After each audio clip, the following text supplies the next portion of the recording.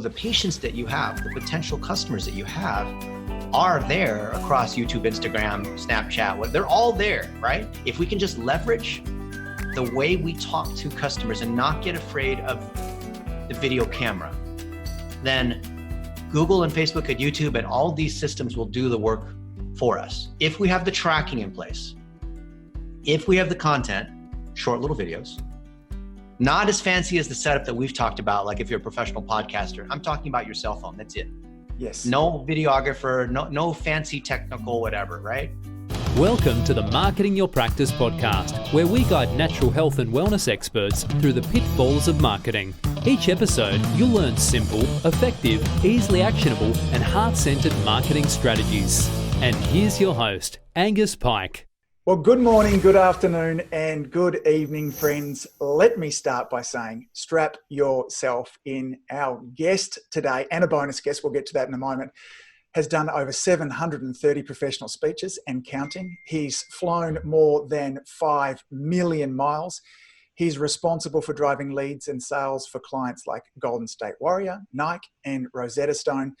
And as impressive as all of that is, what moves me even more is his enormous mission to provide education at no cost to young adults to become certified digital marketers. I'm talking about one of my mentors and one of my online crushes, Dennis Yu. Dennis, welcome to the show. Pleasure, Angus. Good to see you again. It's nice to see you. And Jake also, we've had a kind of special drop-in guest at the last moment there too. So Jake, sorry for me not having as equally impressive kind of introduction for you as well. But Jake Campoli, welcome to the show also. Thank you. So guys, for our listeners that might not know of your backgrounds, can we take the first couple of moments to talk about perhaps your journey, what sort of brings you to here in the digital marketing world? So I'm a Chinese guy who didn't learn how to speak English until I was 6. Right. And I was good at math, so I naturally became an engineer. And 2 decades ago, I built the analytics at Yahoo, which back then was the dominant search engine. You guys remember Yahoo before there was Google? Absolutely. We built the analytics for there, and I discovered that in being able to build large-scale systems where there was a lot of data, that people would do dumb things even though there was more data. And thus I started hiring kids out of Stanford and out of like Berkeley and out of just random colleges and taught them how to use data to be able to do things like optimize ad campaigns and be able to get more customers.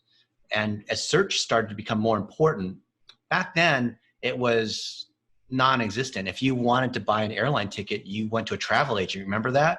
Yes. Yep. Now you have a phone and now like it's second nature. But back then, the internet was this thing that, dial up where you only went on there once in a while and someone picked up the phone and it kicked you off the internet. But I started to train up a number of young adults that were like me, and I'm not so young. And I thought there's a huge opportunity to help millions of small business owners that, like, do you remember the days where your parents, they couldn't use the VCR because it was just too complicated, like setting up a home stereo system? So us as young adults, it's like, well, it's obvious. You just turn the, plug this in the here and there, and now we're going, right? And I feel like the same thing has happened for modern technology with social media, especially. And thus we have awesome people like Jake that just second nature understand social media and understand Google and understand YouTube and understand all these things that if you are a chiropractor or a naturopath or what have you, that's just not second nature to you. And thus the last 20 years, I've been very fortunate in being able to build these training programs, as you've seen over the years. And it's so cool, Angus, that you saw some of our original podcasts from years and years ago. And now as an engineer who's wandered into local marketing, our mission is to be able to help all these millions of local service businesses, plumbers, dentists, mortgage brokers, real estate agents, chiropractors, to be able to grow their business in just their area, 5-mile radius, whatever, 7-kilometer radius. And at the same time, create jobs for really bright, amazing people like Jake. Like, imagine you can bring both sides together. You can help these local businesses that don't know a thing about tag management and websites and all these things. They just want to serve their patients. But then you're creating jobs for this new breed of agency, if you will, where they're able to help these micro businesses that they're not spending, like we said, $2,000 a month, but maybe a couple $100 to implement some tracking, a few $100 to set up some ads is really all they need. You've brought up some really interesting points there, because it is, for many practitioners now are starting to realize that if they're not in some way visible on social media, that they can very quickly become irrelevant. They start to dive in and they start maybe engaging in other podcasts. It gets overwhelming really, really quickly. And so I hear this, the overwhelm tends to look like one of two things. Either I don't have the time to be doing this, and nor can I, so I'm overwhelmed with time, or I'm overwhelmed with technology. So if you happen, I'm 45 years of age, and for many people my age, the thought of them even grabbing a phone and shooting a video, and it just becomes, overwhelming there as well. I wonder, with the three of us today, if we could kind of map out a strategy that if we're talking to a practitioner, chiropractor, naturopath, dentist, like how would we start? Let's go back to kind of basics, dipping our toes in the water. Where would we begin? Well, the first thing, I'll tell you what not to do, and then Jay can tell you what to do, is don't think that the process of getting more customers, of doing marketing for your practice, is a technology issue. You actually don't have, now you have people like Jake who can understand the technology, and me as a programmer, but you don't really need that.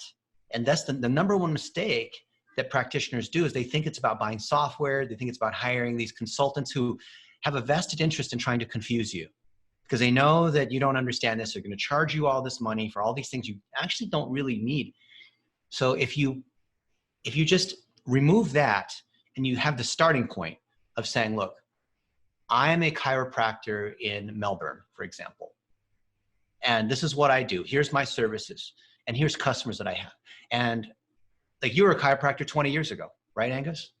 So if somebody came up to you and said, I have tennis elbow, what should I do? And I was meeting with you in the office, would you have any issue being able to spend time with me and build a relationship and take me on as a patient? No, I mean, that's my bread and butter. We would chat. Yeah, that's what you already do. Yeah, yes. So anyone listening here, that's something you already know how to do, right?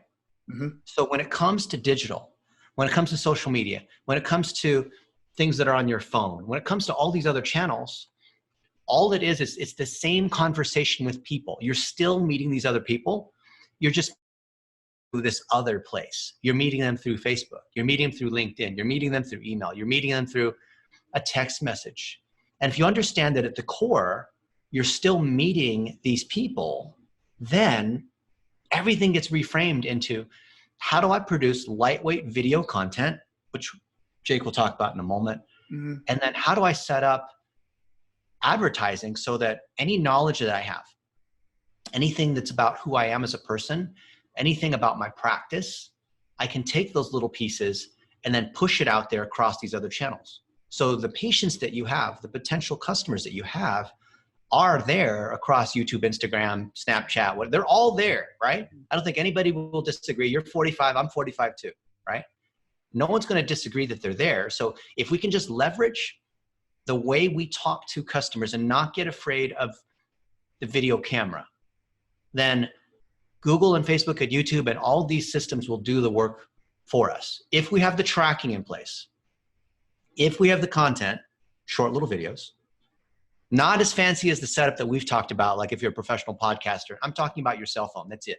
Yes. No videographer, no fancy technical whatever, right? You have a Sony a7 III, you don't need to buy something as fancy as that. Yes. You just need videos on your cell phone.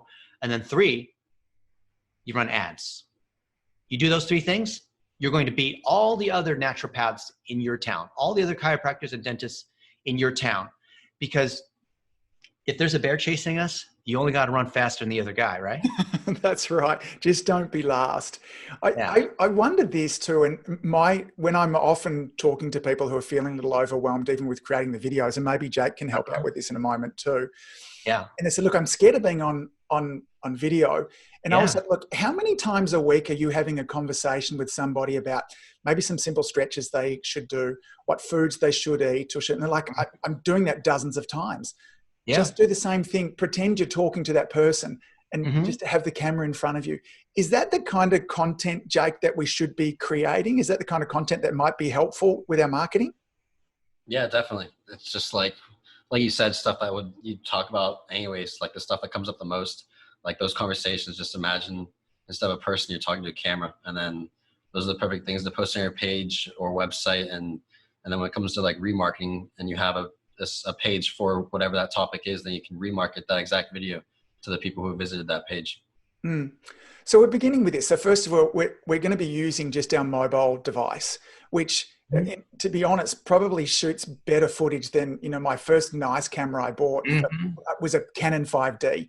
And, the 4K I get on here probably in many ways is as good as what I used to get on that. And that was an expensive camera. So we can get great footage. So we're using our mobile device. And then, Jake, how long should our videos be, and what kind of production value do they need to be?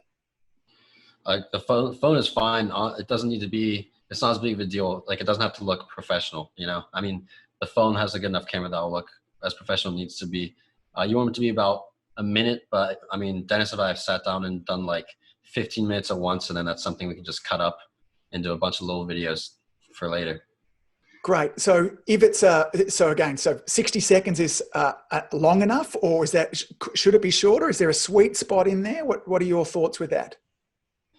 The sweet spot that I've heard a lot is 60 seconds. Maybe Dennis, what do you think? 60 seconds is a great piece. Now, some people will argue, like with, Snapchat, the 10-second swipe up, and some people talk about 3-second stories, and you'll hear all these people argue about what the right length is. But to Jake's point, you're never going to go wrong with the 1-minute video. Why?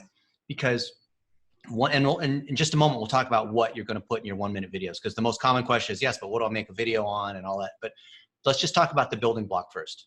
In 1 minute, you can tell one story. You can share one point. You can give one piece of advice.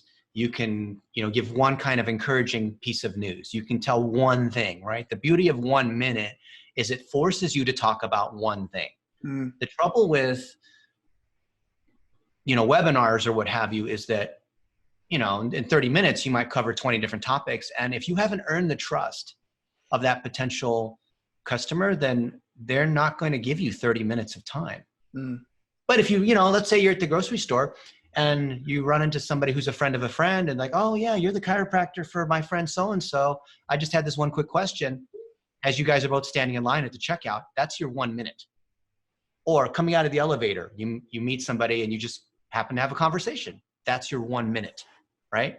You can't stop somebody for 30 minutes who's a stranger and go on and on. You have 1 minute. So what are you going to talk about in your 1 minute so that people will know, like, and trust you? So if they have a question about tennis elbow or the back or their car accidents or how to eat or, the migraine headaches or whatever it is, like, can you map out the things that you know something about and make a 1 minute video against each one of these things without, see, the temptation is they're going to want to try to talk about all this other stuff, but you have to feed very pure ingredients into the system. And if you do that, Google, Facebook, YouTube, Snapchat, email, whatever, all these systems work to your advantage if you can feed in these ingredients and keep them pure. So Angus, if I were to walk into your kitchen and I open up the spice cabinet, what would I see? Well, my wife is a stunning cook, so you would see an impressive spice cabinet in there, but there would be everything from cardamom to ginger to paprika to, you kind of name it in there, but spices, lots of them too. And I'm a decent cook too. We all like to eat. We're gonna have some barbecue after this. Which, by the way, the more food analogies you hear from me, it's like a Geiger counter. It means the closer we are to eating. Okay, good. Let's say that your wife is cooking. Yes. And she's making something amazing. Name a dish that she makes. She makes an amazing butter chicken. Butter chicken. Oh, fantastic. Yes. Yeah, I love Indian food. I like chicken tikka masala. Butter chicken's fantastic. Yes. And there's different spices that you do, especially with Indian spices. And let's say that while she's cooking, I went into her spice cabinet and I grabbed some paprika and some salt and some pepper and some garlic and some parsley and other spices. And I took all the spices she had and I said, you know what? Instead of having all the spices that are separated out, I'm going to take all her spices and dump them into one big pot. And now I'll tell her, look, you never have to, it's such a pain in the butt. You have to use all these different spices and cooking. Now you can just grab a handful from this one big pot. Anytime you're cooking, just grab from this one big pot. I've dumped all your spices together. I've done her a big favor by making her cooking simpler, haven't I? Well, if as long as that's what we want to make for that one, for sometimes some foods need, a little more parsley, a little less salt. So the analogy works great for joining them all together for if it's that particular dish. So sometimes a mixed spice is great, but sometimes I'm talking about all the spices in her cabinet. I'm going to put not good at all, Dennis. That wouldn't work.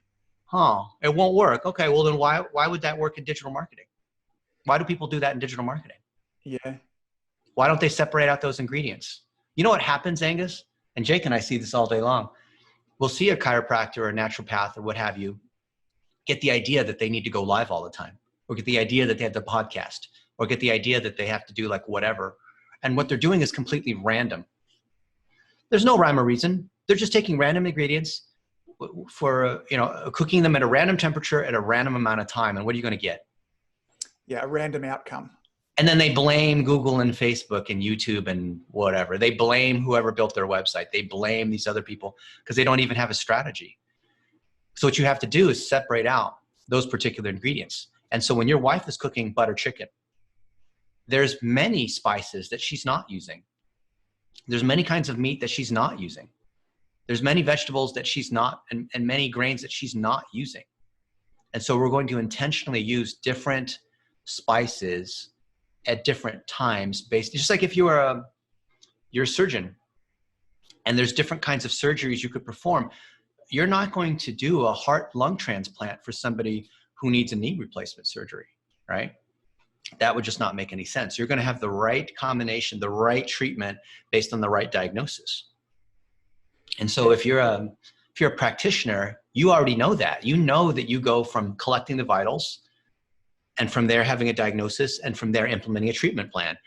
And what's the phrase? Treatment before diagnosis is malpractice. Have you heard that? Yes. Yeah, absolutely. Yeah. And you guys all know that. So Yes. why would you do that? And why would you, for your digital marketing, why would you just do the same thing that everyone else is doing? Why wouldn't you want to do a little diagnosis to see what's going on in your practice and then figure out what's right for your practice? It's going to be a different treatment, a different diagnosis, and a different treatment plan for everybody, right? You can't just say, take 2 sugar pills and call me in the morning, right? Mm-hmm. The challenge in many cases, Dennis, so if we were going to look at doing a diagnosis and running perhaps an exam and taking a history on our practice, what questions do we ask? What information are we looking for? And then how do we bring that together that says, right, here's where we are, here's therefore where we need to move forwards. What's important to ask? So 2 things, and then Jake can go into detail on them. First, we need your goals, content, and targeting. That's your strategy. So write that down. You need your goals, content, and targeting. So goals, content, and strategy? Targeting. Yeah. Yep. And the combination of goals, content, and targeting, those special ingredients, remember we talked about the ingredients? The combination of those ingredients is your strategy, right? The strategy is the meal. The goals, content, and targeting are the ingredients. Okay. We need to know what your ingredients are. Otherwise we can't make the right meal. Okay. So that's one. We'll talk about that in a second.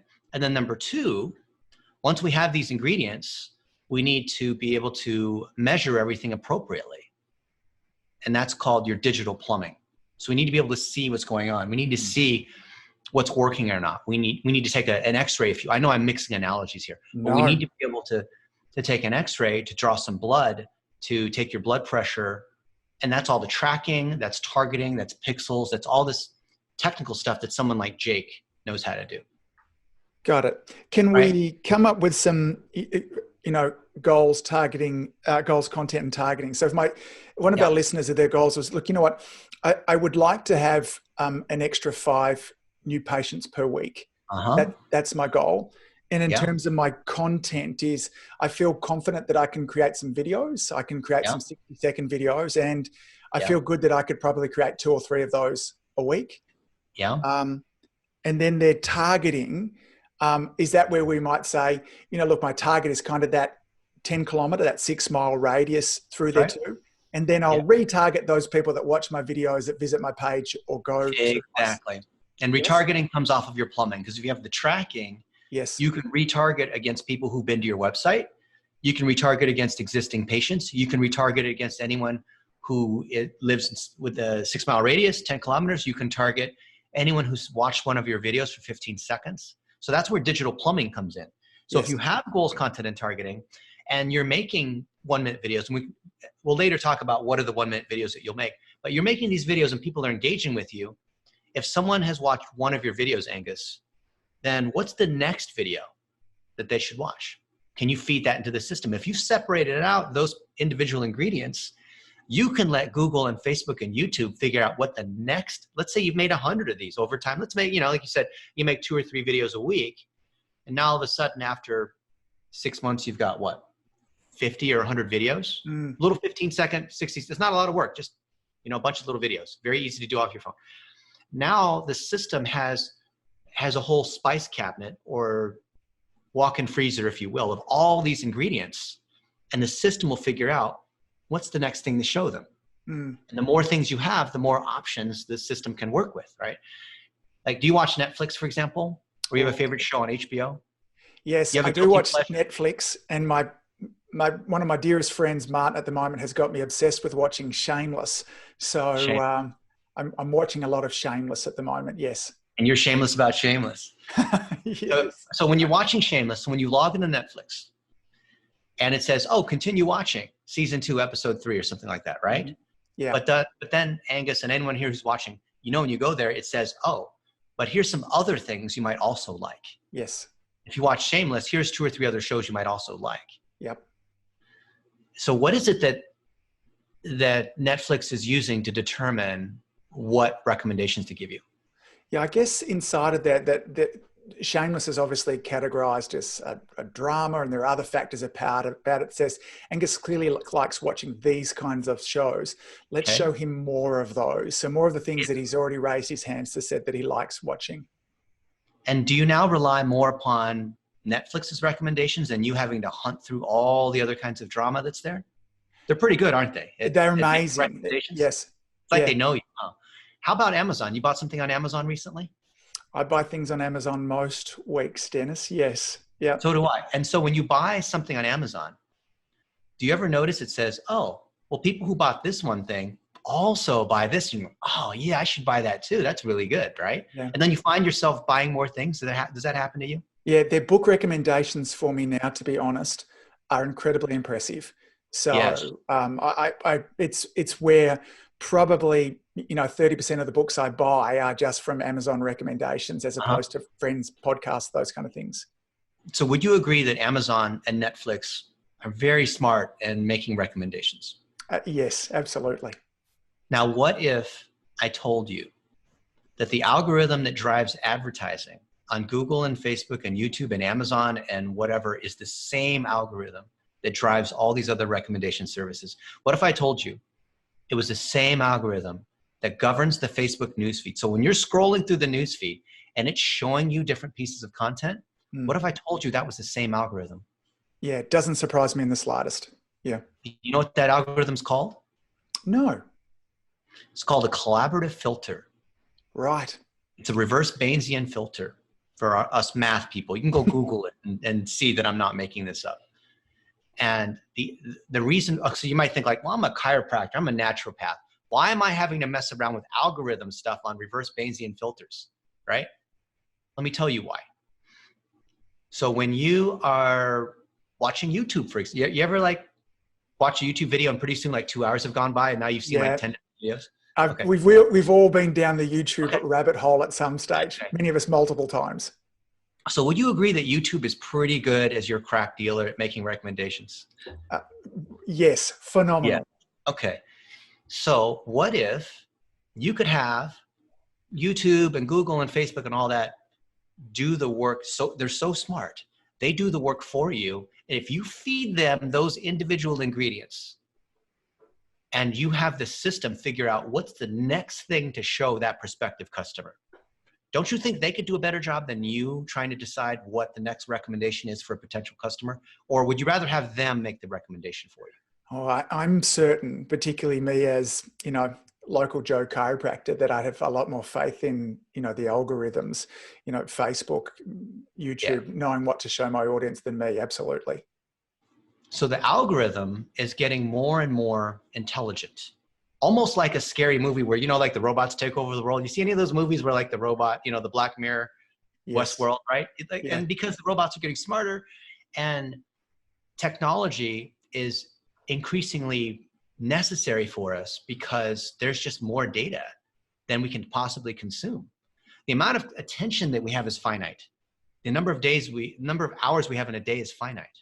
But the amount of information keeps growing exponentially, yeah? So the more there's a difference between those two, the more reliant we are upon the algorithm. Do you see where I'm going here? Yeah, absolutely.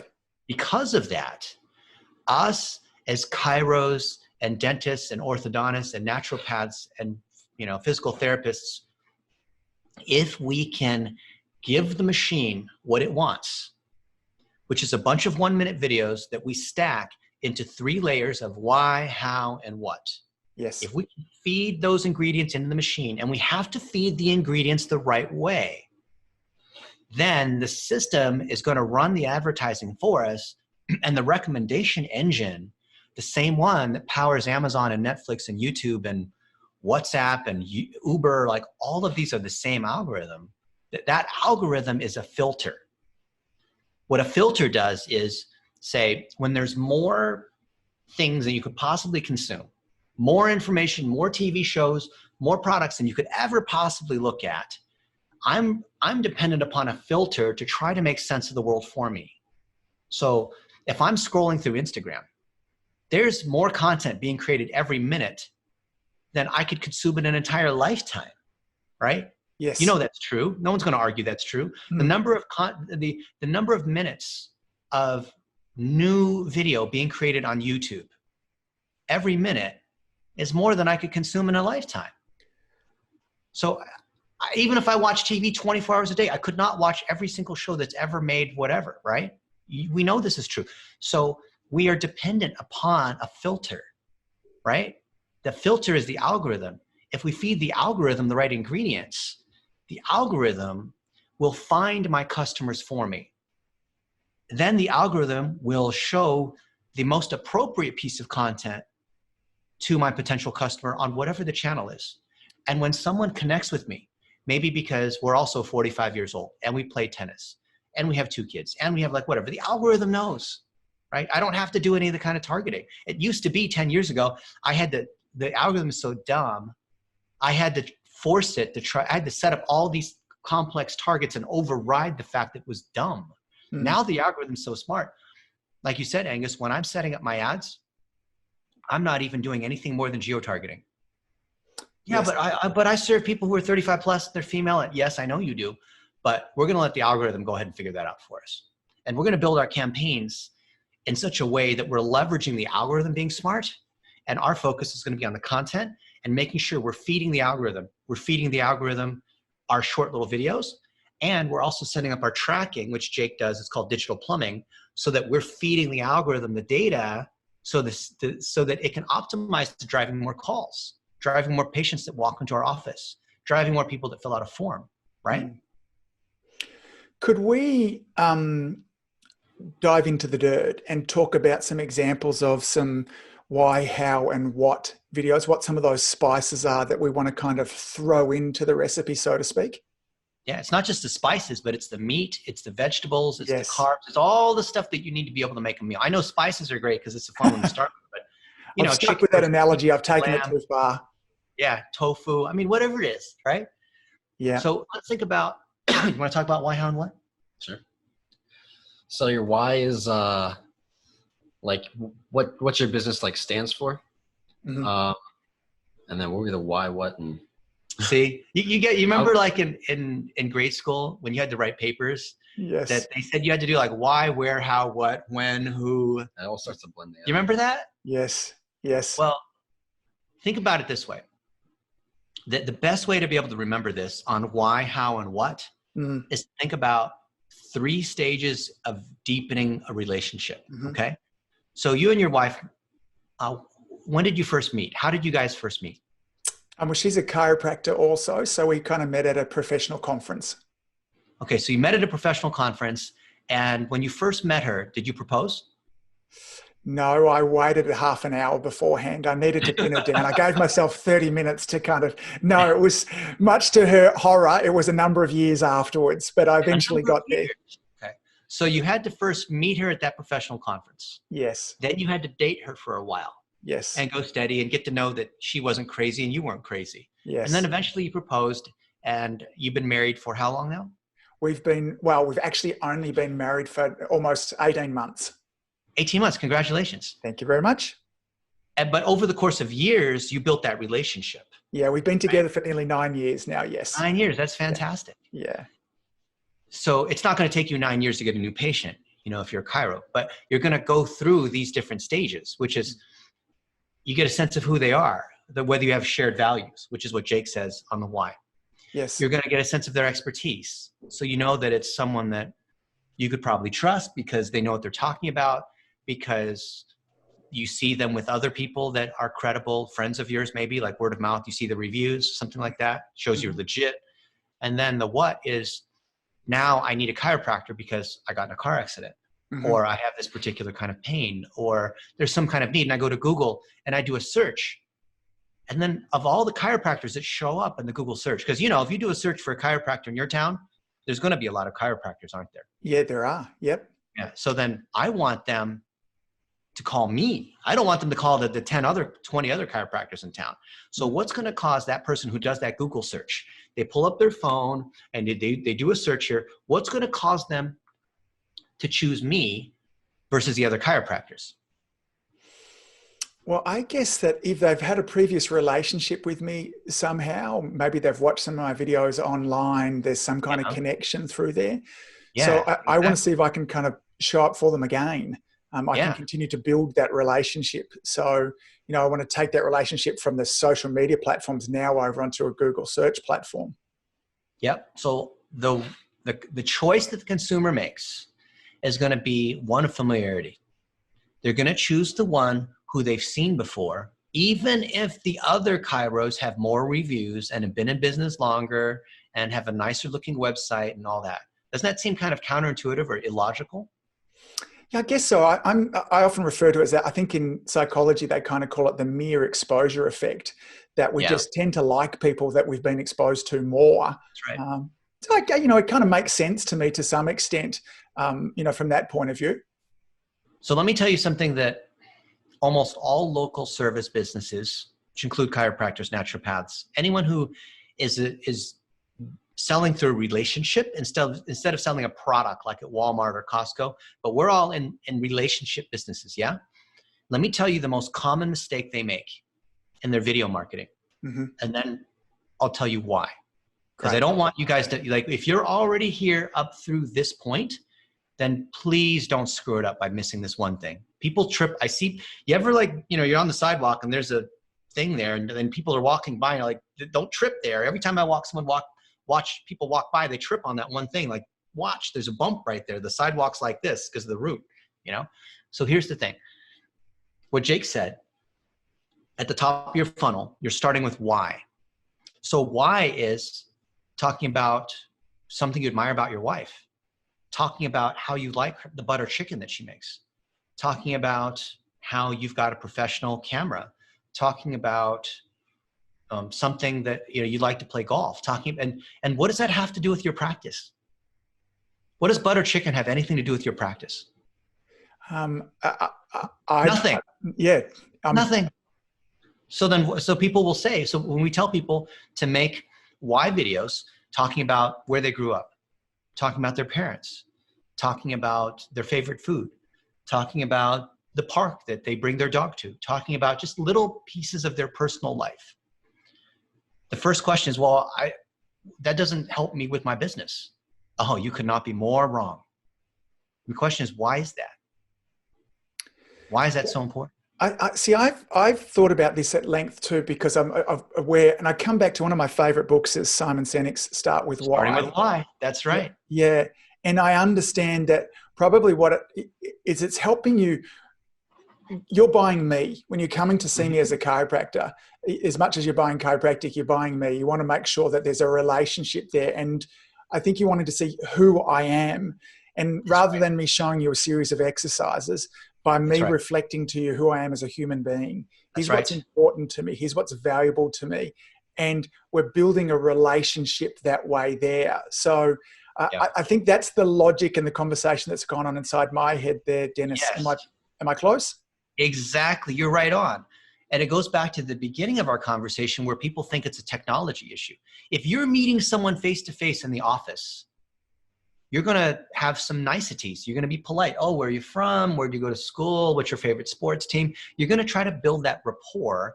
And some people will call it know, like, and trust. Mm-hmm. Yes. And thus, if a consumer is at the point where they're on Google and they're looking for someone because they have their knee is hurting or something like this, they're going to want to do business with the person that they feel like has shared values, that has a common background, even though that has nothing to do, they have their favorite rugby team, even though that has nothing to do with how well they can crack your back or how well their medical knowledge is or anything like that, right? Or where they became a doctor of chiropractic. It has nothing to do with that. People buy from people. Like you said, Simon Sinek, start with why. It's based on that relationship. So if you can merely build that initial awareness, which you call it exposure, there's another parallel concept in psychology that's called proximity. Mm-hmm. And proximity is people will make decisions based on proximity. So whoever you went to school with, you're more likely, if you sat next to them in English class, you're more likely to marry them. Whoever was in the same dormitory, you're more likely to play tennis with them. You met your wife at a conference, right? People that you're in proximity with, you're more likely to do business with.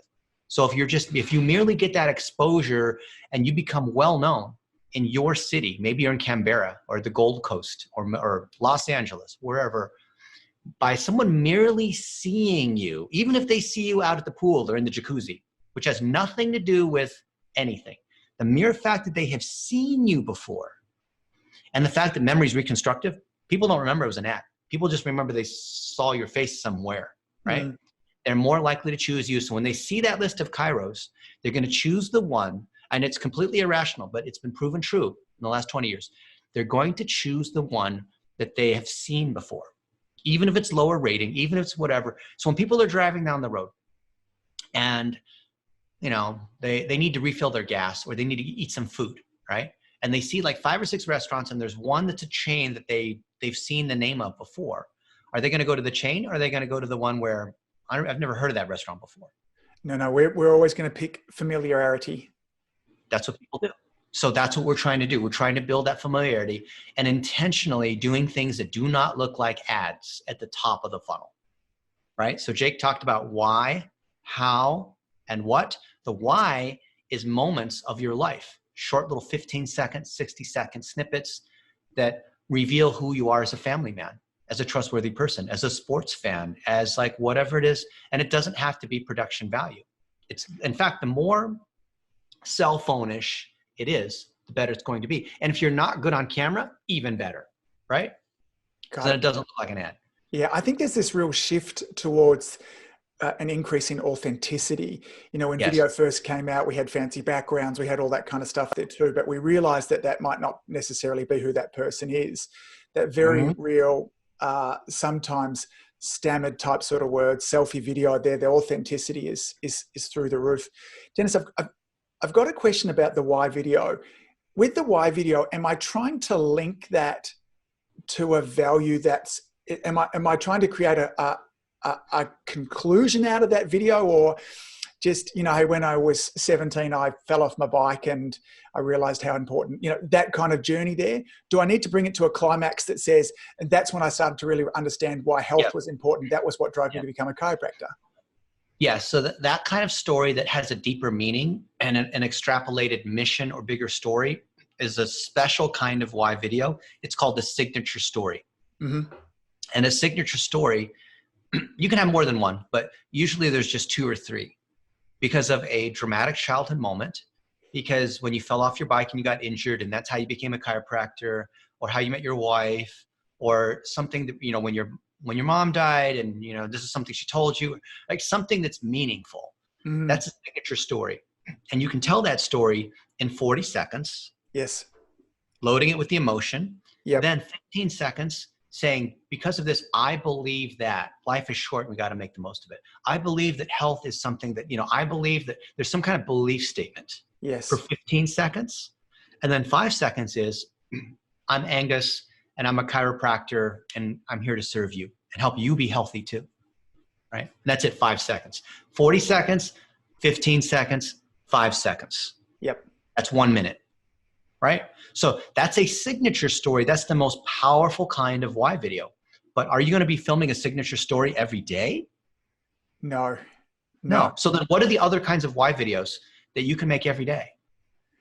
So could a why video just be, you know, like after this, I'm actually going to have a family workout. So my wife and I and 2 kids, we have a personal trainer come to home and all 4 of us kind of have a workout together there during these that's times. fantastic.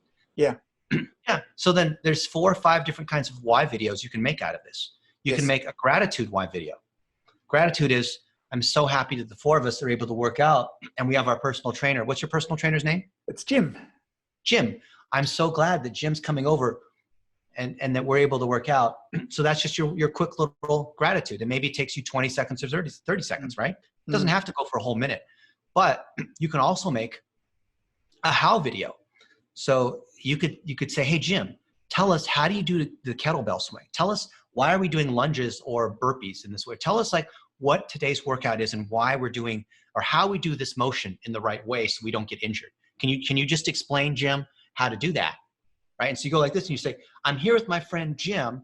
He's a personal trainer and he's going to show us how to do a jumping jack. And then I'm going like this with Jim, right? And that's a 1 minute how video. Yes. A how video is you're sharing how to do something. You're sharing your knowledge. And that how doesn't have to tie directly to being a chiropractor. It can tie to your wife. You can say, my wife is the best. She makes this amazing buttered chicken. Show everyone what it is and how you're able to make it. Is it because of the cream that you use? Is it the chicken? Is it the curry sauce you have? Is it the spices? Like, help everyone understand how you do it. And then she starts explaining how she does it. She explains the recipe. She says, oh, I follow Jamie Oliver because Jamie Oliver loves Indian food. I don't know, whatever it is, right? And she's sharing the how, right? So there's many different ways that you could make just snippets of your life where you're sharing a why, which usually goes back to a value that you have or some kind of moment, such as I could say, when I was at the grocery store, I was at Costco yesterday and I went down the paper aisle and I saw they were out of toilet paper. And I remember, I thought, wow, you know, coronavirus, last I checked, attacks the lungs, not the anus. Yet this tells me that it's a sign of fear. And the biggest thing we have to fear is how people are reacting and how people are shut in at home and they're afraid, and how important it is to still be able to connect with people. I'm Dennis Yu, and I believe that we can all still connect with each other no matter what kind of craziness is going on. Right? There's many ways that you can tie it to a bigger thing. Just an observation that you then tie to maybe some mission that reflects who you are as a person with empathy. Yes. As a person who likes to eat Indian food. As a person who likes to go work out because you believe it's important to keep your immune system going. Because you want to drink 2 bottles of water per day or like whatever it is, right? Got it. So the how video doesn't necessarily have to be me showing my skills as a practitioner. You know, I can be sharing Jim's skills as a personal trainer. I'm adding value to my audience. I'm showing personality. So in essence, this podcast right now, right? Angus, this podcast right now is a giant how. Yes. We can take this podcast and chop it into, how many hows do you think we could chop it into? Oh, a lot. Yeah. We've actually made lots of 1 minute videos. Yes. And this will be broken down into is exactly what we do. Yeah. You know, and part of my marketing strategy afterwards is to break this down into smaller consumable bits of information. We're telling stories, I think, in 1 minute snippets because we know intentionally that that's what you're going to do. Yes. Well done. I find myself going back to that 1 minute, and I'd encourage our audience to think about when they're flicking through the social media pipelines and they see a video. One of the first things I see that I'm doing is looking how long it is. And, you know, if it happens to be 5 or 6 minutes and I've never heard of this person before, we just haven't earned the right to ask for 5 or 6 minutes. That's right. If I'm watching one of your videos, Dennis, and I look through and it's 15 minutes, because I've known you, well, maybe it was 5 or 6 years ago that I first, and you've shown me so much value over the years, I will absolutely sit down and watch that and longer. But it's taken those steps to build for, you know, beforehand. So what's an example of a what video? A what is anytime there's a call to action. So this is something that all of us naturally understand, but for some reason we're afraid to sell. If people have already followed down your journey from why to how to what, they already have seen your stuff before, they already know, like, and trust you, then you can absolutely say, I'm Angus, I'm a chiropractor, this is my number, call me if you have any kinds of questions. Or to book a consultation, fill out the form here on my website and one of our staff will get back to you. Or, hey, here's this really cool device that I have in the office. Let me tell you a little bit about it. If you have any questions about it, you know, hit the message button below or reach out to me or come visit us. We're located right across from the McDonald's over in the shopping center, right? Come in. We're open from 8 a.m. to 5 p.m. every single day. I'd love to see you, right? Or another way to say it is called the XYZ method. So the XYZ method is I help X achieve Y via Z. So there's many ways that you can do X, Y, and Z. So I could say, I help young adults like Jake become certified digital marketers through the training and implementation programs that we offer. I help moms in Canberra, Australia, lead happier, healthier lives through my chiropractic practice. I help X achieve Y through Z. Can you do that? Yes, absolutely. Absolutely. So it could be just as simple as, Practice it. Yeah, it's great. You know, I help men with headaches in Port Melbourne through gentle chiropractic care. How long did that take to say that? It's got to be less than 5 seconds. That's right. So you say that, and there's many different variations of your X, Y, and Z that you can do. Yes. So be comfortable being able to do that. Some people call this XYZ method an elevator pitch. Have you heard that before? Yes. Yeah, absolutely. Same thing. Yep. Yeah. And then to make it 15 seconds. So it was 5 seconds to say the X, Y, and Z. Then after you give your X, Y, and Z, not before, you say, I'm Angus, I'm a chiropractor, this is where we are, contact me at this number. Now you're at 15 seconds, okay? Yeah. But people mess up because they start by saying, they start their commercials, they start their videos, they start their web pages by putting their contact information and who they are first.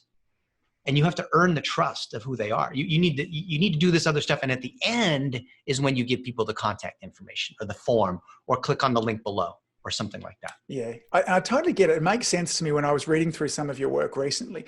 In essence, if they really want to know who I am, my Instagram handle is just up above there. They know who I am. I don't need to start with that to begin with. And it's been something that when I started teaching video to people, 6 or 7 years ago, it would be, hey, I'm Angus here from Life Chiropractic in Port Melbourne, an introduction, and then an intro bumper, and then the body, and then a call to action, then an outro bumper there now. But as we've sped up and I've seen that 5 minute needs to be compressed down to 60 seconds, let's leave the bumpers out, man. We don't need them. Yeah, exactly. And let's only the closing bumper. Yeah, the opening bumper is the worst mistake, because if people see an opening bumper, they're going to scroll right past you. Yes. Yeah, totally. I totally get it there too.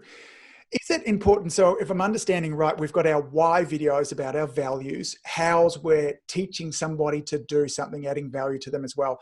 And then finally our what, which is a call to action. They need to run in that sequence, if I'm understanding correctly. We need to set them up so somebody sees the why before the what, before the how. Sorry, the why to the how to the what. Yep. Yeah, great. And is that something that we will need to set our campaigns up that way, so funnel through there? Or is there a way that we can dump all of those videos just into Facebook and Facebook? Yeah. You can dump all of them into Facebook. You can load them up all at once. So what we like to start with is 3 why, 3 how, and 3 what. So why are we doing 3? Because odds are when you're starting out with video, you suck. So we need lots of practice. Yes. And some people say, but I want to do 10. Yeah, great. Do 10, 10, and 10. But I want to start with 3, because you're going to start boosting those on Facebook for $1 a day. And you're going to find that of the videos you put out there, about 1 in every 10 will become a winner. And when you have a winner, you're going to put more money against it. So let's say you create 9 initial videos, 3, 3, and 3. And some of them are 15 seconds. Some of them are a little longer. Some of them were just kind of, you know, it was dark outside. The lighting wasn't very good. Who knows, right? You're just getting it out there, not trying to judge yourself. You just got to get the first iteration out there. Lots of practice, right? And you put $1 a day for a week against each one of them. So you've spent $7 on each of them. So now you spent $63, right? Yep. Well, of those, a couple of those are going to be good. And you're going to say, wow, I'm going to extend that and put $1 a day for 30 days against those winners. And the ones that didn't win, because they're going to automatically expire after 7 days, because I only put $1 a day for 7 days. And Australian dollars, that's not even as much money. That's something you could easily do. Then, no, it's not much at all. Then you know, maybe I'm putting $2 a day. But then of the ones that didn't work, and when I say work, I mean, what is your cost per through play, which is a 15-second view. I want to get that cost per through play. By the way, in the last month, we've seen a lot of chiros get their cost per through play under a penny. Wow. Which I have not seen since 2013. Yeah, okay. Because of this, you know, the whole coronavirus thing and all that has caused so many people to be online. And conversely, there's fewer people that are advertising, that because of supply and demand, it's made the traffic really cheap. So it's easy to build connections, especially at the why and the how layer. So we see a ton of chiros getting penny through play. So if it's a penny or better, then that's a winner. I'm going to put more money against it. And then I'm going to keep making more videos. I'm not just going to stop. I'm going to continue every week, every day. Like, you know, maybe I have an idea. I'm out walking. I get, you know, some idea struck me. I'm going to make that video right there on the spot. Because if I try to make it tomorrow, I'm not going to remember. I'm going to lose the passion of whatever that, you know, the spark was at the moment. And I'm just going to make a 15-second or 60-second video right on the spot. And I'm going to keep putting it out there. I'm going to keep boosting it. And after a couple months, I'll have 5 or 6 of these winners, maybe even 10 of these winners if you're prolific. Gary Vaynerchuk says you should make 60 per day. I think that's a little ridiculous. If you're Gary Vaynerchuk, you can do that. But if you're normal like us, you just make a few per day. Yes. It only takes you 2 minutes. I don't care how busy you are and overwhelmed you are. How long will it take you to make just 3 or 4 15-second or 1-minute videos each day? Yeah, look, it's less than 5 minutes. Is there any kind of, you know, I don't care how busy you are. Is there any excuse you can't do that? Not a good one. Plenty of excuses, but none of them good. Right. So just every day, don't put it off till tomorrow. Oh, I don't like my hair, or I'm tired right now, or, you know, I need to do this other thing, or I'm in a bad mood. You know what? Sometimes the bad mood ones are the best because people can really identify with you because it's very authentic, like you said. Yes. So when you put these little videos out here and you start boosting, a pattern will start to emerge. Why? Because remember the algorithm, we said the algorithm's figuring out what's going on. The algorithm is figuring out what people in your community like. It's figuring out what kind of content of yours resonates. So maybe it's men with, you know, migraines, or athletes that are now trying to be able to play tennis again. Like whatever it is, the system will start to reveal to you what that is. But you have to put in those ingredients into why, how, and what. If you don't, then, if you will, the chef is the algorithm, okay? The chef is not going to be able to cook with your ingredients if you don't organize them into why, how, and what. You're going to put them all out there, allow the chef to then figure out which things come in the combination on all your ads, especially on Facebook, because you're just boosting to the local area. So if you take your city and you take a 5-mile, 6-mile radius, that might only be 10,000 people or something like that. Yes. So you're just going to take everything in your 3x3 grid and just boost them all to your city. You're going to run them all against that exact same target. Then as you start to find winners, you can create remarketing audiences and put all of your whys into one bucket, put all of your hows into another bucket, and put all of your whats into another bucket. And then you can start to force people through these different sequences. And that's when remarketing, that's when digital plumbing, like what Jake specializes in, comes into play. But initially, you just want to get it out there. You're not worrying about retargeting because you don't even have an audience to retarget against. Got it. Until there's data flowing, there's no retargeting unless you have enough people coming to your website, there's no retargeting that's possible. Love it. Got so phase one of this really is us creating our videos, us putting them out there, finding our winners, seeing what kind of works, and then doubling down on those. And then it might be, what would our time frame be before we start to kind of organize them into those kind of buckets where we're forcing somebody through those? Is that a 10, 12 weeks? Is it a month? Usually 6 to 8 weeks. 6 to 8 weeks. But I don't want people to get hung up on a particular time frame. We've seen people emerge from this with winners in a matter of 2 weeks or 3 weeks because they're diligent and they're good on video or, whatever it is. And we've seen some people, it's taken them 4 or 5 months to eventually get there. Maybe because they didn't put in much time, or they just, whatever, they're living they're working in a highly populated area like New York City where there's more competition, or it's a seasonal kind of business, or there's other things that affect it. But usually it's about 6 weeks, because that gives you enough time to make a few videos every day and be able to test. And then as you're testing, it's not because you're making a lot of videos, although that does help you become better. It's because as you're doing that, the algorithm's learning who you are, and you're learning what videos are resonating, which then you'll make more, like whatever's working, you should be making more of those kinds of videos. Mm-hmm. If the kind of videos that seem to be working, let's say for you, Angus, are when you're doing workouts outside, for some reason, why is that working? Well, start making more of those videos. Yes. If there's videos where you have the skeleton or you have some kind of device or procedure that you're demonstrating in the office or on the table, and those are working, then make more of those, right? Or maybe there's a topic that's working, because there's women that, after pregnancy, here's exercises that you help them recover. Like maybe that's what it is. Like whatever that topic is, make more against that topic. But in the first couple of weeks, the system will start to tell you what's working. You got to figure out, is it the topic? Is it because of where you're filming it? Is it because of how you're filming it? Is it because of who you're filming it with? So maybe that personal trainer you have, maybe your wife, maybe it's an assistant in your office. Maybe it's a particular patient that's just, they're charismatic and they just resonate with people. You need to figure out what it is that the system will tell you, but you need to figure out what that is and then start making more of the same thing. You see what I'm saying? Totally. I feel like my exercises that I do with Jim, my personal trainer, because he's very handsome. My wife tells me that all the time when we're working out with Jim. So it may well be that I'm just shooting all of my videos just with Jim in the background doing something there as well. But Angus, go behind the scenes too. So let's say the Jim is handsome, right? And maybe you have a lot of females that they just like watching videos of Jim, and there's nothing wrong with that. But also go behind the scenes and have a fun little video where your wife says, "I love having Jim over because he's more handsome. No offense to you, Angus." Right?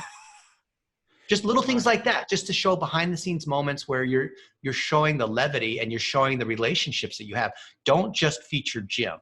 Yes. Feature the reactions. Feature how you feel. Feature the context. I love it. It's interesting because, as I've mentioned to you beforehand, I've been following this structure that you've been teaching for a long time, your 3x3 video grid, and I've got some real kind of further clarity in around it also. I want to see if I can kind of sum this up a little bit for our listeners at the moment, and then perhaps give them some resources where they can find out more about this. Would I be right in saying, gang, start making some videos? Let's push the excuses to the side. All you need is your mobile device there. And don't worry about fancy haircuts or anything like that. Don't worry about production value. These are 15 to 60 second videos. We're focusing first on why videos, which are just what's important to you. What are your values?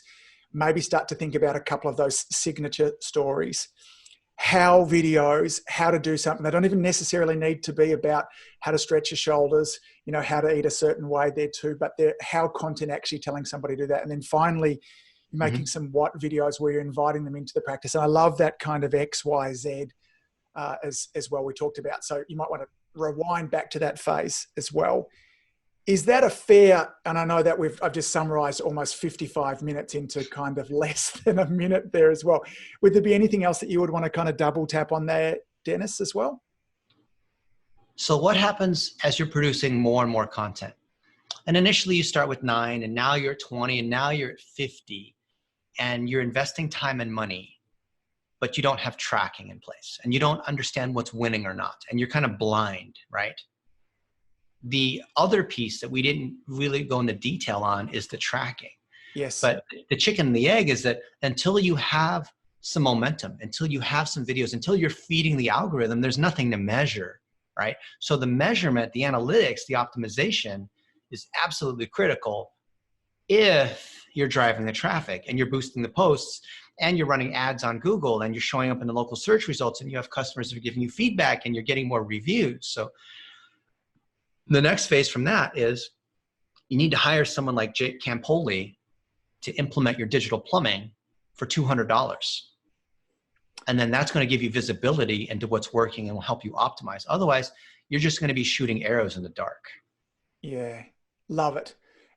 Got it. And I feel like, Jake, we might have to have you back for another episode and give a bit of an outline of some digital plumbing as well. So given that I only kind of asked you for an hour of your time or 45 minutes of your time, Dennis, and I've already gone well over that as well.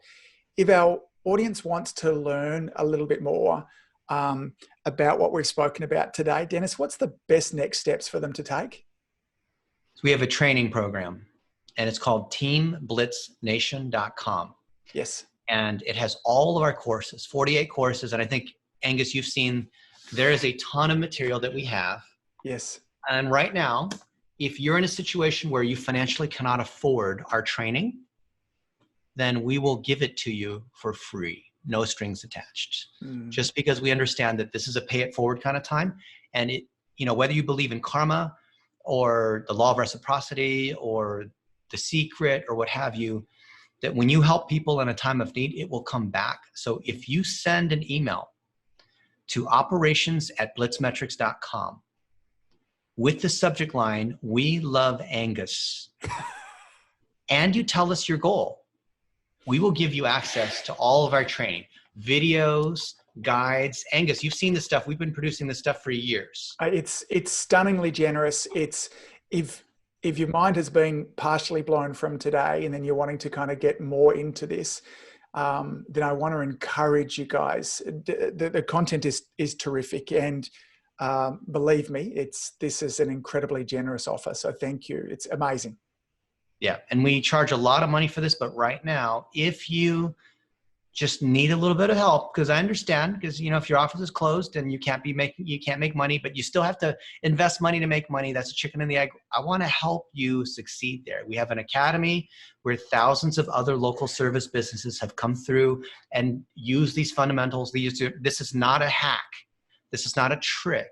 This is not some new idea that's, you know, going to get you in trouble. These are fundamentals that you need in your practice. I want to see you implement them. And we're giving you all that training for free. If you want implementation and you want Jake or me or one of the other people that are certified to actually help you do that on top of the training, we do offer packages too. Yeah, wonderful. So that was operations@blitzmetrics.com. I'll make sure I have these in the show notes there as well. And then your subject line was, "I love Angus." Is that right? Yeah. We love Angus. I love Angus. I was going to say I love Angus steak. I did correct. I love butter chicken too. Yes, any one of those will work. Even I love Dennis. I love Jake. Any of those will kind of work as well. Angus. Say Angus so we know that you are in Angus's community. And then it comes from me as well. I'm going to encourage all of our listeners to make sure that they take up Dennis on this incredibly generous offer. I've been kind of working through some of this stuff over the last month or so and have been blown away by it as well. Dennis, on behalf of my audience and the Marketing Your Practice podcast too, I want to, from the bottom of my heart, thank you for your generosity. Thank you, Angus. Not only on what you've just extended to us now, but as I said in my introduction, just how moved I am that when I'm looking for what your mission is it's about, you know, I see the work that you're doing with underprivileged youth. I see the work that you're doing with our returning vets. I'm so moved by it. I get a little choked up just thinking about it now. And you've spoken on all of the stages. You continue to give generously here. I'm mumbling my words now, but really what I want to just say is thank you, for all that you continue to do. I appreciate your generosity there too. So gang, please take Dennis up on his offer. Please find out Jake as well, sort him out there as well. And if you're wanting help with implementation, these guys are at the very pointy end of what's great with regards to all of it. Thank you so much. Any final words? You know what matters?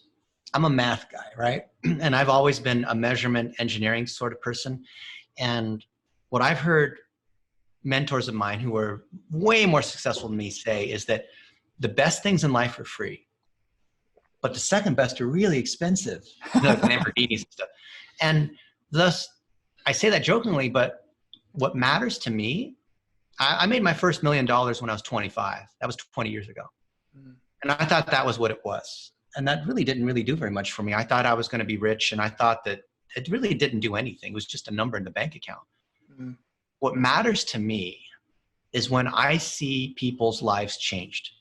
So when I see small businesses that are struggling because of something that is just fundamentally fixable, that we can follow a recipe to fix, that makes me feel good. And it also breaks my heart to see them struggling. At the same time, if I know that we can help out chiropractors and PTs and dentists and orthodontists be able to improve their business through practices that just work. It's like a recipe for chocolate chip cookies. You follow the recipe, you have the right ingredients, it will work, right? If we know we can help them, and at the same time, we're creating jobs for amazing people like Jake Campoli and hundreds of people that are like Jake that are starting their digital marketing agencies, but based on these principles and practices, think about how awesome that is, because you're helping local economy, you're helping local service businesses, and you're creating jobs at the same time. You know, the universities, I'm not hating on the universities, but the universities have trouble bringing both sides together because you get that degree, that diploma, and it doesn't result in a direct job. What I'd love to do is work with other people who connect both sides of that. And that's the reason I'm doing this. I've lost several $1 million doing this. I don't make any money at all. I lose money doing this because this is what matters to me. Yeah, look, it comes through. So Jake, thank you. Dennis, thank you both. I hope you guys enjoy your dinner, your barbecue you're about to kind of have. I feel a little bit jealous about that. I've got my workout first, and then maybe I've kind of earned myself some barbecue after that as well. So guys, thanks so much from the bottom of my heart all the way down here in Aussie. Enjoy the rest of your day. Thank you. If you enjoyed listening to this podcast, you have to come and check out the Community Influencer Program. It's my monthly coaching program where we take all this material and I'll work one-on-one with you to apply, implement, systematize, and help guide you and your practice to the next level. Now you can join me over at addiomedia.com/join. That's addiomedia.com/join. I'd love to see you in there.